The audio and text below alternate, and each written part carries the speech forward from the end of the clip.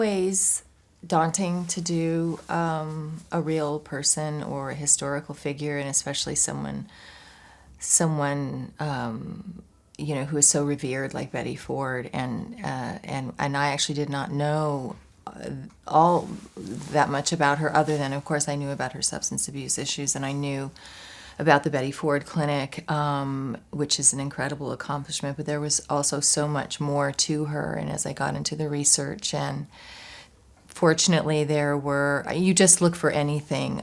She gave a lot of speeches, she did a lot of interviews, she wrote books, there were books about her. I didn't really want for information. And then of course I worked with the dialogue coach, and then of course there's the makeup and hair people and the costumes who bring so much to it. My experience about being sort of thrust into the public eye, and you don't really know what you're getting yourself into, and then you're there, and it's very overwhelming. And for me, I grew up in the public eye. I learned how to act in the public eye, and for Betty, her learning curve was also incredibly steep, because suddenly becoming the first lady within a year, and not expecting it, not having your husband actually run for office, was, I think, a lot for her to get used to. Well, for me, it's always important to get it all right.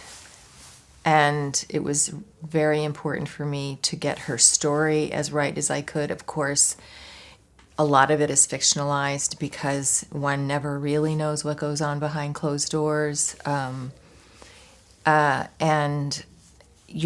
It was very important. The addiction and the recovery was, I know, as most of us do, we know someone in our lives who has struggled with addiction, who has maybe gone through treatment, has perhaps been a part of an intervention, and I felt I was very nervous about getting that right, and not sensationalizing everything. And in the same way, in the way that we treated breast cancer, you don't want to you don't want to, again, sensationalize it, but you do want to, you don't want to hold back either. Dancing with a martini shaker doesn't take a lot of talent. It just takes a lot of guts, I think, and a director who was enjoying it so much that I don't know, I think I must have done 40 takes of that dancing with the martini shaker. And the dancing with Jerry, that sort of more kind of ballroom dancing, we worked with someone, a choreographer on that. Christine and I spoke on the phone early on. She was the first person to start, really, and Betty's story was the first story. This was shot in 3 different chunks. It was shot in kind of 3 little movies, and then in the editing room they wove it together. But we talked a lot about, we worked with the same dialect coach, we talked a lot about her speech, about her history. We talked a lot about the script, because the script was still being developed as it continued all along the way. And then once we started shooting, that was kind of it. We were really, for all of us, because there was really no time to do anything else. I was so excited to, be in something. I mean, I would say work with them, but we really didn't work together. And I admire them both so much, and it's such an honor to have, to be asked to be a part of this project. And it was shot in Georgia, and I don't live in Georgia, so I was home and I was doing other things while they were shooting.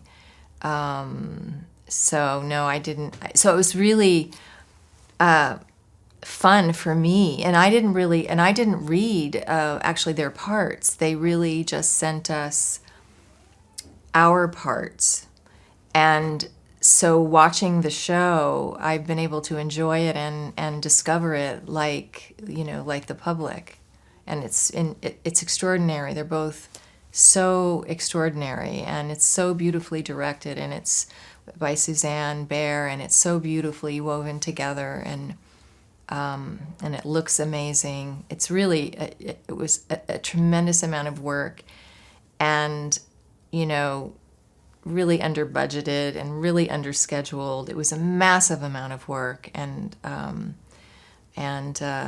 very, very proud of how it turned out. But it was really a very female-driven piece about driven women, and it really is more about the female relationships, and watching these three women and with two of them not necessarily welcome the idea of being thrust into the White House, and watching them manage that and find their voices, and then learn how to nurture those voices and how to use their platform then to really encourage other women to use their voices in the same way. And it's and I think the relationships with the daughters are also very, very strong in all of these three stories. Well, I think that she is, first of all, she was one of our most popular first ladies ever, and people loved that she just spoke the truth, and she talked about